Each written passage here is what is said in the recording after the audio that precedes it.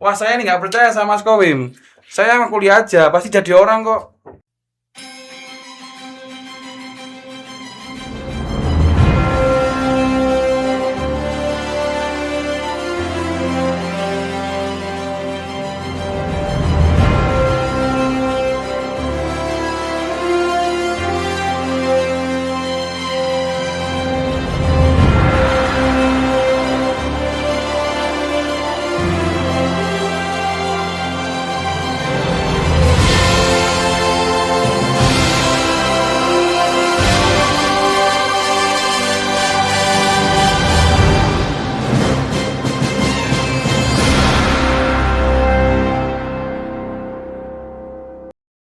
Bismillahirrahmanirrahim. Assalamualaikum warahmatullahi wabarakatuh. Selamat siang teman-teman semuanya. Selamat datang di Ruang Akademik Podcast. Nah, semoga dalam bulan Ramadan ini juga menjadi momentum bagi kita untuk memberdikan diri, menyucikan hati, dan juga menambah amal baik, serta bisa meningkatkan keimanan dan ketakwaan kita kepada Allah Subhanahu wa Ta'ala. Oke, di Ruang Akademik Podcast sesi 1 ini kita akan mengangkat sebuah topik yang sangat hangat di antara mahasiswa pendidikan atau mahasiswa keguruan ya, yaitu how to be mahasiswa pendidikan, fokus akademik atau perluas jaringan. Nah, saat ini kita kedatangan narasumber yang sangat-sangat spesial yang sangat cocok untuk membicarakan topik ini, yaitu bersama Mas Ahmad Kowiman Haji, di mana beliau memiliki banyak sekali pengalaman berorganisasi yang diantaranya sekarang sedang menjabat menjadi Ketua Dewan Eksekutif Mahasiswa Fakultas Tarbiyah dan Ilmu Keguruan, juga sempat menjadi Ketua PBAK FTK 2025 dan juga Ketua Festival Arabi, benar ya? Benar. Oke, mungkin banyak dari kita yang berpikir mahasiswa pendidikan ini arahnya kemana sih? Gitu.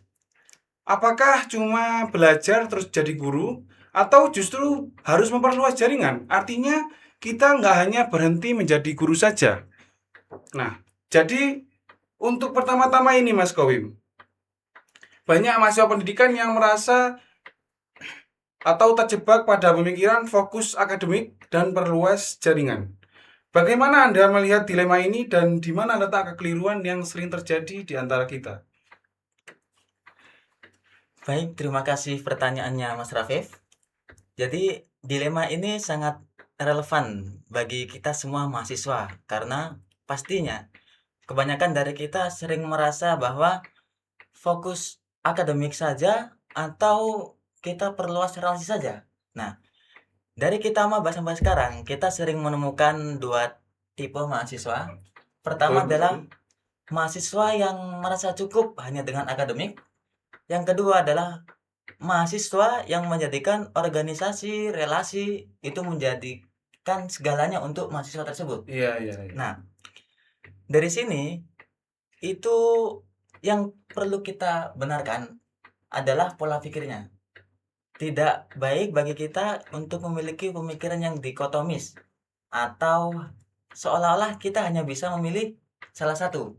Padahal dari sini kita bisa menyelaraskan antara fokus akademik dan juga memperluas relasi. Mahasiswa di sini harus dapat mengelola prioritas, fase, dan tujuan dari kedua tersebut.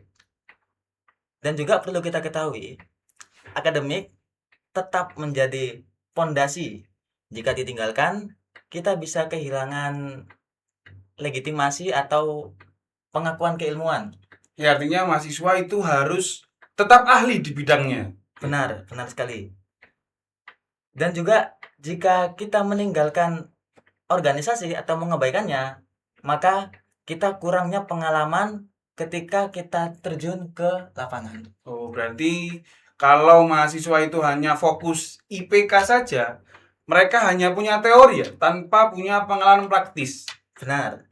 Jadi pada tema ini kita tidak membahas tentang bagaimana cara meruncingkan salah satu dari kedua hal tersebut. Tetapi kita mengajak mahasiswa untuk berpikir lebih kritis dan realistis. Gitu. Oke Mas Koim, Anda menyebut pentingnya memahami fase di setiap perkuliahan. Dan bagaimana sih seharusnya mahasiswa itu mengatur prioritas di setiap fase-fase tersebut? Di sini fase pada ini itu saya membahas tentang tahapan dalam perkembangan kita di kampus atau universitas. Jadi di mana kita setiap fase memiliki beban dan tujuan yang berbeda. Nah, di sini saya membagi menjadi 3 fase umum. Pertama adalah fase awal atau mahasiswa awal. Mahasiswa awal itu targetnya ngapain? Nah, targetnya di sini adalah menguatkan fondasi akademik dan juga adaptasi lingkungan perkuliahan. Nah, karena ketika kita perkuliahan, kita banyak mengalami hal-hal yang baru, entah dari seragam yang dimana kita tidak dituntut untuk hari Senin apa, hari Selasa apa, itu dikembalikan ke kita mahasiswa. Kemudian juga dari pemilihan mata pelajaran juga dikembalikan ke kita. Nah, pada fase selanjutnya yaitu fase kedua, itu terjadi ketika semester menengah. Di mana Itu kita berarti sekitar semester berapa itu Mas Koim? ya semester 3, 4, 5 gitu. 3, 4, 5. Benar. Nah, fase kedua itu semester menengah adalah fase penguatan dan ekspansi atau perluasan. Kenapa kita menyebutkan penguatan dan ekspansi? Di sini ketika akademik kita telah stabil, karena pada fase 1 kita fokus pada fondasi akademik. Nah, di fase kedua fondasi kita dalam akademik telah stabil, kita perlu aktif berorganisasi karena kita perlunya ekspansi tadi. Di awal kan kita telah membicarakan bahwa kita tidak cukup untuk memperuncing salah satu dari 2 hal tersebut, Betul. tetapi kita harus membalanskan atau menyetarakan dari kedua hal tersebut.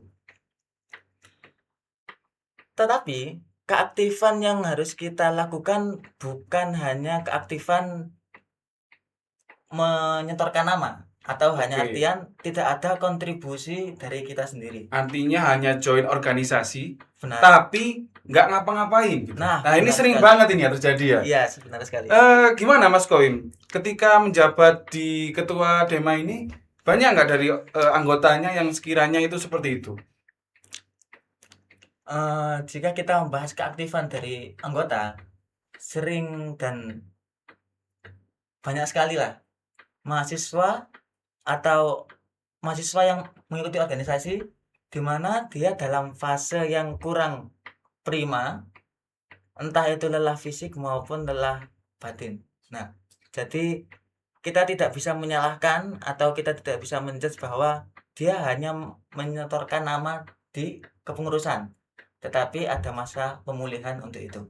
Oke. Kemudian pada fase terakhir, fase ketiga atau terjadi ketika semester akhir, ini adalah fase konsolidasi di mana kita menata dan menyempurnakan apa yang telah kita pelajari di fase pertama dan fase kedua. Karena pada fase ini kita tidak boleh lagi mempelajari hal-hal baru. Kita contohkan seperti ketika kita pada mahasiswa akhir, kita baru join kepengurusan. Oke. Di mana teman-teman kita dituntut telah menguasai ilmu organisasi dan juga akan mengerjakan tugas-tugas akhir. Jadi kita tidak boleh mempelajari hal baru karena kita akan tertinggal. Begitu. Oke, jadi teman-teman, nah ini biasanya banyak sekali nih mahasiswa-mahasiswa baru, terutama di jurusan pendidikan, begitu masuk, pikirannya itu langsung apa? Gimana caranya saya bisa ngajar semester depan? Gimana caranya saya bisa langsung punya kerja sampingan yang dimana saya itu merasa langsung terjunlah ke lapangan. Nah, padahal kita itu harus memahami fase-fase dalam perkuliahan loh. Nah, kalau apa sih akibatnya kalau kita nggak memahami fase, yaitu amburadul, yang awalnya kita itu nggak punya pondasi. Ibarat kita bangun bangunan itu langsung ke tiangnya, belum di bawahnya, di akarnya dulu. Nah, kemudian kita menuju pada sebuah pertanyaan yang sangat besar ya, di mana kita tadi membahas bahwasannya mana sih yang lebih penting ya antara fokus akademik atau perluas jaringan. Nah, dari Mas Kowim menyebutkan bahwasanya kita harus balancing antara keduanya. Tapi kita harus tahu dulu nih, apa sih kelebihan dari masing-masingnya? Apa sih kelebihan dari fokus akademik? Apa juga kelebihan dari perluas jaringan? Biar kita tahu apa tujuannya gitu ya Mas Kowim. Benar sekali. Dan kemudian apa sih konsekuensinya kalau kita itu hanya fokus di salah satunya dan meninggalkan salah satunya? Misalnya gini, wah saya ini nggak percaya sama Mas Kowim. Saya mau kuliah aja, pasti jadi orang kok. Itu orang yang pertama Mas Kowim ya. Iya, benar. Orang yang kedua, alah Mas Kowim nih banyak ngomong tentang akademik. Saya ini loh relasinya di mana-mana Mas. Saya nggak kuliah, tapi saya itu bisa kesana kesana ke sini, ngisi di sana ngisi di sini. Nah, gimana sih menurut Mas Kowim ini agar menjadi orang-orang yang lurus gitu ya? Oke. Kita berbicara tentang kelebihan dari kedua hal tersebut ya, Mas ya. Iya betul Mas. Jadi fokus akademik dan juga memperluas jaringan. Fokus akademik ini seperti yang saya katakan tadi, yaitu memberikan legitimasi keilmuan atau pengetahuan keilmuan, dan juga kita ketika berakademik kita pasti mendapatkan cara pola pikir yang sistematis, kritis, dan juga realistis gitu. Eh, Akademik juga melatih kita untuk disiplin, di mana kita ketika perkuliahan masuk pagi, kalau kita tidak bisa mengontrol diri kita sendiri, maka kita akan telat terus, dan buruknya kita dapat mengulang mata kuliah tersebut jika kita tidak fokus ke akademis. Nah, kemudian jika kita fokus ke akademis saja tanpa adanya relasi, ini Mas parahnya Mas. Gimana itu Mas parahnya? Ketika kita terjun ke lapangan, Oke. maka kita hanya bisa popularitas sesaat. Jadi kita memiliki daya tarik, tapi hanya sesaat. Daya tariknya kenapa? Kita memiliki gelar S1 kalau kita hanya fokus ke akademik. Oke. Tetapi, apakah diri kita mencerminkan S1 dari cara public speaking atau dan yang lain? Nah, jangan sampai kita menjadi seperti terisolasi dari realitas kehidupan, atau juga kita kering di sosial. Jadi kita juga perlu untuk memperluas relasi. Nah, di sisi lain, memperluas relasi itu juga melatih kapasitas diri kita, melatih bagaimana sih cara mengorganisir yang baik, dengan cara apa? Dengan mengikuti organisasi, kemudian kerja tim, dan juga penyelesaian konflik. Nah, dan juga jaringan itu bisa mempercepat akses untuk kita. Kita tidak pernah mendapatkan akses di kelas tentang beasiswa, Oke, benar. tetapi kita mendapatkan akses beasiswa, akses pekerjaan dari relasi. Dari les itu. Benar. Jadi relasi di sini juga sangat penting untuk akademisi kita, untuk kelanjutan akademisi kita. Jadi intinya, akademik itu memberikan isi dari diri kita sendiri, kemudian relasi memberikan ruang dan percepatan untuk tujuan kita. Oke. Berarti kalau kita hanya fokus di akademis, kita hanya ada isinya aja. Benar. Tapi kita nggak bisa mengeluarkan. Benar. Artinya apa yang kita punya justru ya tidak bermanfaat bagi orang lain. Tidak ada output. Tidak ada output, gitu ya. Oke. Nah, tadi ya kita membicarakan bahwasannya kita itu juga harus jadi orang yang totalitas, benar ya? Benar, totalitas. Sebagaimana dalam suatu ayat kan udhulu fisilmi kafah, masuklah dalam agama Islam secara keseluruhan. Maka kalau jadi mahasiswa, kalau waktunya kuliah ya kuliah, mengerjakan tugas ya tugas. Ketika menjadi organisatoris atau aktivis, masuk di HMP, masuk di DEMA, SEMA, atau himpunan lainnya, BEM, kita harus totalitas. Kita harus mau untuk berjuang bersama mengerjakan program kerja sebagaimana itu adalah bentuk perluas jaringan kita. Begitu ya Mas Kowe? Benar sekali. Nah, tapi begini Mas Kowe.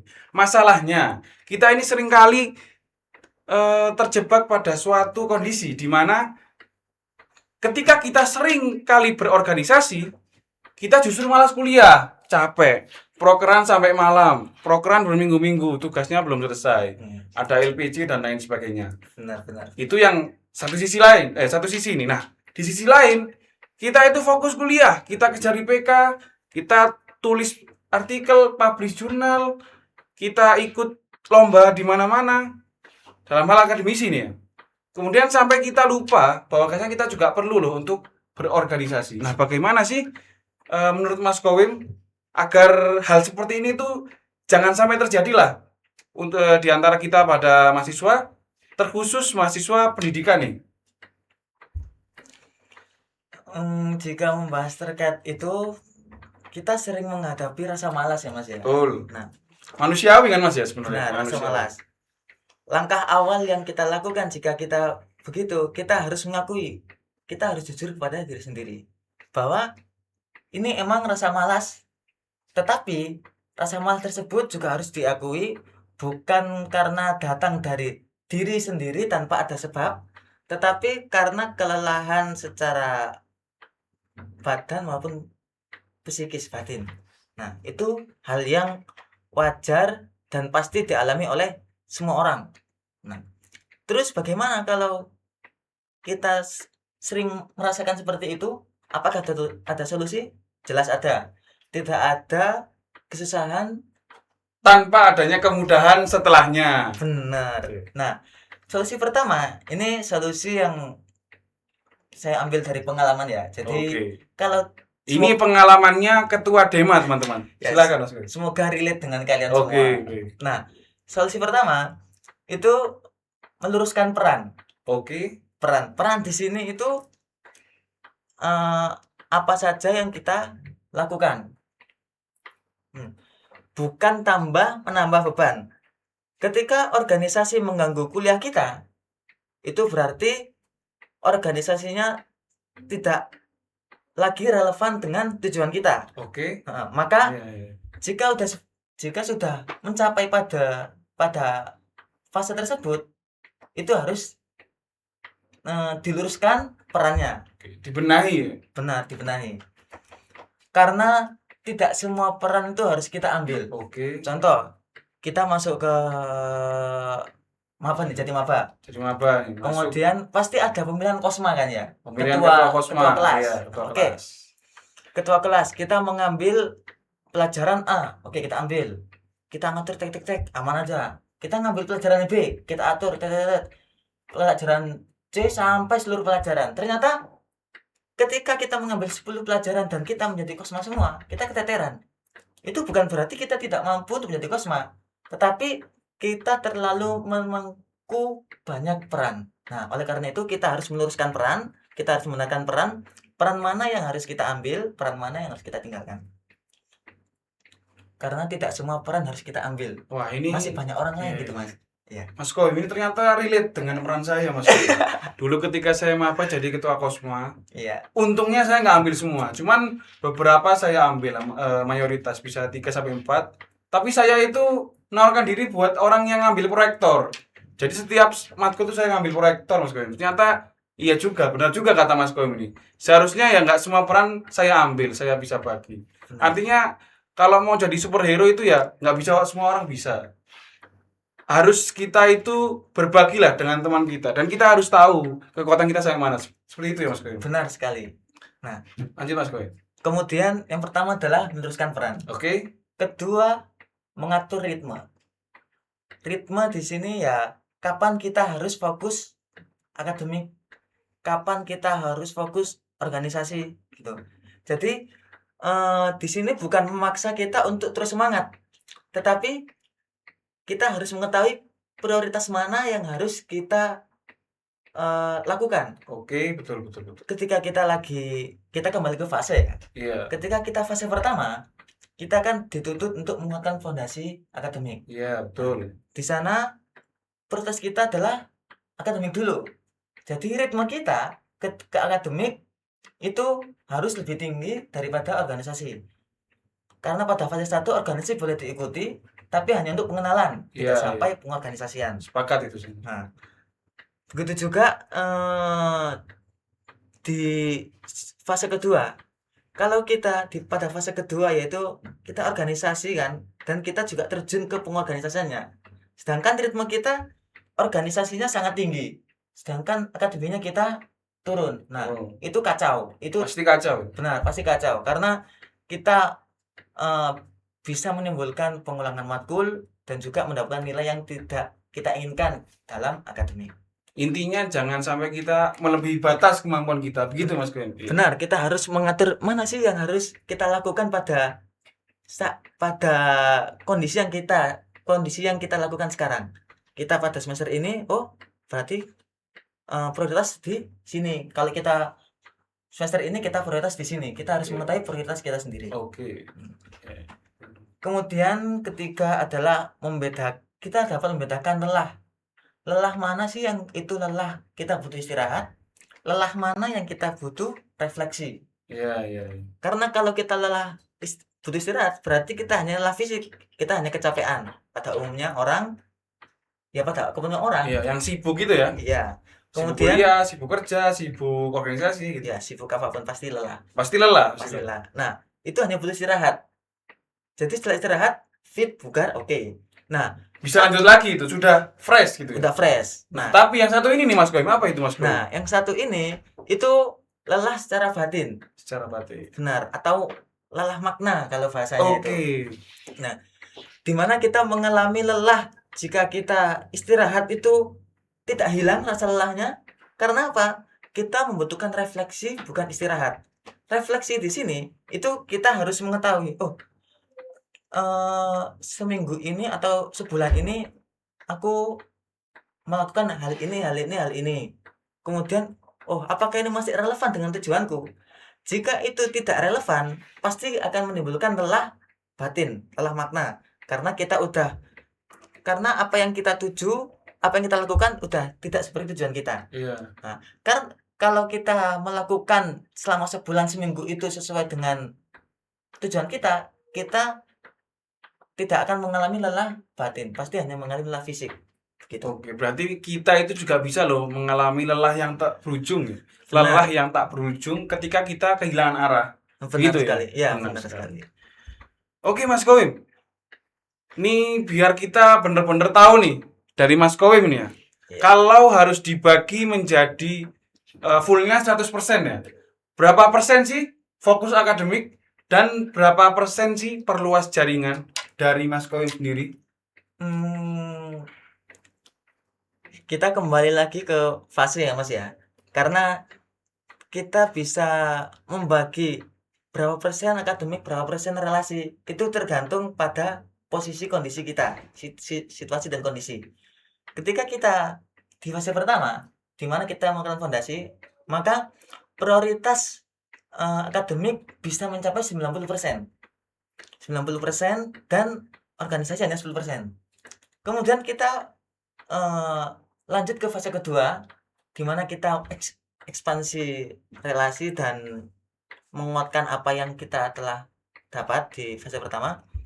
Itu kita lebih menyeimbangkan antara relasi dan juga akademik. Oke. Tetapi tetap di sini akademik lebih tinggi dari relasi. Oke. Berarti menurut Mas Goim bahwasannya fokus akademik itu tetap menjadi prioritas utama ya. Gitu Mas Goim? Benar. Dalam kondisi apapun, dalam fase apapun, akademik atau perkuliahan itu lebih tinggi persenannya kalau dipersenkan daripada relasi. Karena tujuan kita masuk ke kampus yang jelas mendapatkan gelar S1. Tetapi tidak cukup hanya mendapatkan gelar S1. Oke, benar. Karena ketika kita mendapatkan gelar S1, kita pastinya terjun ke lapangan. Dan jika kita tidak mempunyai skill soft skill. Nah, kita di lapangan hanya menjadi barang mewah yang tidak bisa digunakan gitu. Iya, betul, betul. Jadi kita perlu juga berorganisasi ketika di perkuliahan.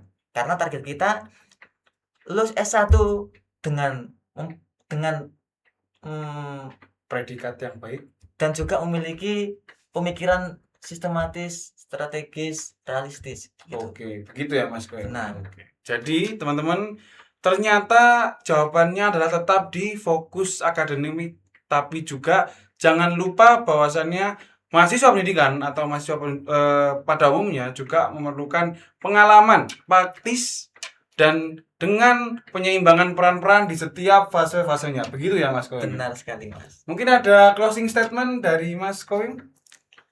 Ya, Atau semoga pesan-pesan buat mahasiswa pendidikan, terutama FTIK Winsa yang menonton ini, Mas Koen? Oke.